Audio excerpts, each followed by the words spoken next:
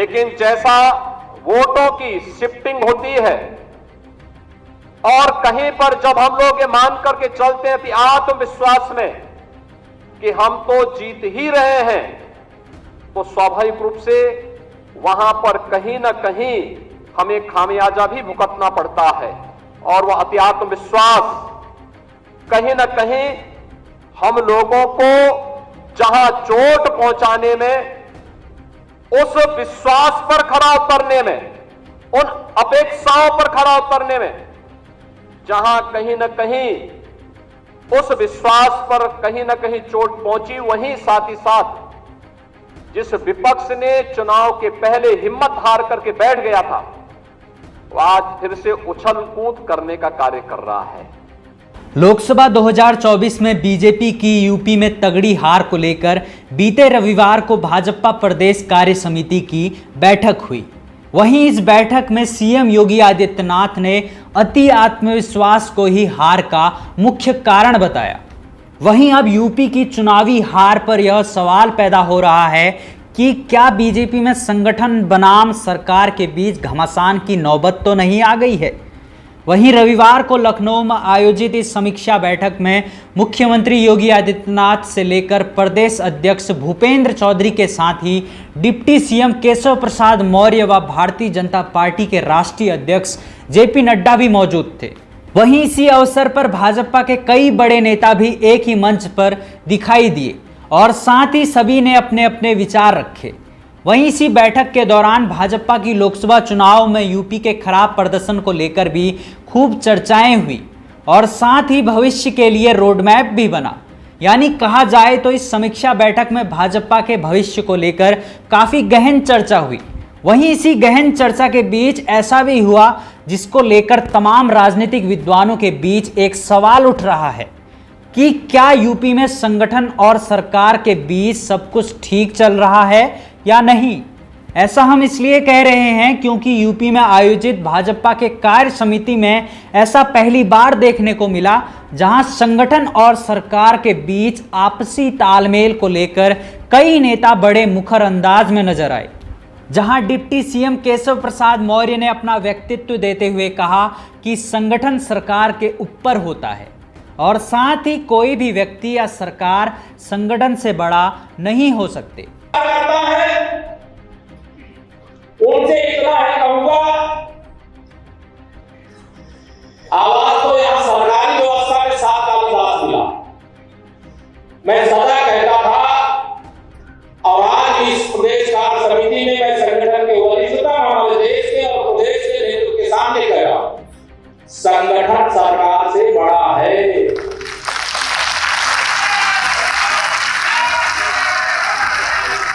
संगठन से बड़ा कोई नहीं होता है। संगठन सरकार से बड़ा है, बड़ा था, बड़ा रहेगा। वहीं केशव प्रसाद कहते हैं कि बड़े पेड़ की टहनी से जब कुल्हाड़ी बनती है तभी वह पेड़ काटा जा सकता है। वहीं कहा जाए तो केशव प्रसाद ने इशारों में कई विषयों को ऐसे एक साथ घेर लिया और साथ ही केशव प्रसाद ने अपने संबोधन में कार्यकर्ताओं की समस्याओं का जिक्र भी किया और साथ ही केशव प्रसाद बोले कि जो भी दर्द आपका है यानी कार्यकर्ताओं का है, वही दर्द हमारा भी है। वहीं केशव प्रसाद के इस संबोधन ने खूब तालियां भी बटोरी, लेकिन साथ ही कई सवाल भी छोड़ गए। वहीं आपको बताते चलें यूपी की 10 सीटों पर उपचुनाव होने वाले हैं और साथ ही भाजपा ने इन सभी 10 सीटों को जीतने का टारगेट भी सेट कर दिया है, जिनमें प्रयागराज जिले की फूलपुर, अलीगढ़ की खैर, गाजियाबाद सीट, मिर्जापुर की मझुआ, मुजफ्फरनगर की मीरापुर, अयोध्या की मिल्कीपुर, मैनपुरी की करहल, अंबेडकर नगर की कटहरी और मुरादाबाद की कुंदरकी व कानपुर की सीसामऊ। वहीं इसी बीच केशव प्रसाद मौर्य के बयान को लेकर यह सवाल उठना भी लाजमी ही था कि क्या यूपी बीजेपी में सब कुछ ठीक ही चल रहा है। वहीं लोकसभा के चुनावी नतीजों में बीजेपी के साथ ही उसके सहयोगी दलों को विपक्षी समाजवादी पार्टी के बराबर भी सीटें नहीं मिल सकी। वहीं ऐसे में क्या यह नौबत आ गई है कि बीजेपी में संगठन बनाम सरकार की स्थिति पैदा हो गई है। वहीं आपको बताते चलें, लोकसभा चुनाव में भाजपा को 2019 के मुकाबले 33 सीटें ही हाथ लगी, जहां 2019 में भाजपा की झोली में एक तरफा 62 सीटें आई थी। वहीं इस बार सहयोगी दल आरएलडी को भी 2 व अपना दल को 1 सीट पर ही जीत मिली। यानी कहा जाए तो इस बार यूपी में एनडीए को सिर्फ 36 सीटों पर ही जीत मिली। वहीं दूसरी ओर समाजवादी पार्टी ने अपने अकेले के दम पर 37 सीटों पर झंडा गाड़ा। वहीं यूपी में नतीजे आने के बाद से सीएम योगी पर भी कई शब्द रूपी बाण छोड़े जा रहे थे। यानी कहा जाए तो सीएम योगी आलोचनाओं के केंद्र में बने हुए थे, जहां यूपी बीजेपी का एक धड़ा सीएम योगी को टारगेट करने में लगा था। वहीं इसी समीक्षा बैठक में योगी आदित्यनाथ ने अपने संबोधन से यह बात साफ कर दी है कि यूपी में हार का सबसे बड़ा कारण अति आत्मविश्वास है। लेकिन जैसा वोटों की शिफ्टिंग होती है और कहीं पर जब हम लोग ये मान करके चलते हैं कि आत्मविश्वास में कि हम तो जीत ही रहे हैं, तो स्वाभाविक रूप से वहां पर कहीं ना कहीं हमें खामियाजा भी भुगतना पड़ता है। और वह अति आत्मविश्वास कहीं ना कहीं हम लोगों को जहां चोट पहुंचाने में, उस विश्वास पर खरा उतरने में, उन अपेक्षाओं पर खरा उतरने में, जहां कहीं ना कहीं उस विश्वास पर कहीं ना कहीं चोट पहुंची, वहीं साथ ही साथ जिस विपक्ष ने चुनाव के पहले हिम्मत हार करके बैठ गया था, वो आज फिर से उछल कूद करने का कार्य कर रहा है, जिसके कारण ही बीजेपी की यूपी में लुटिया डूब गई। वहीं अब योगी के इस बयान से यह भी सवाल पैदा हो रहा है कि क्या योगी आदित्यनाथ भाजपा नेतृत्व की ओर इशारा तो नहीं कर रहे हैं? क्या योगी 2004 में भाजपा की हार की जिम्मेदारी इंडिया साइनिंग जैसे अति आत्मविश्वास भरे प्रचार की ओर इशारा तो नहीं कर रहे हैं? क्या योगी इसी इंडिया साइनिंग को भाजपा के अब की बार 400 पार के साथ जोड़कर तो कोई संदेश देना तो नहीं चाह रहे हैं? वहीं योगी ने यह बात भी कबूली है कि जिस आक्रामक अंदाज में विपक्ष ने सोशल मीडिया का इस्तेमाल किया, उसका काउंटर भाजपा नहीं कर पाई।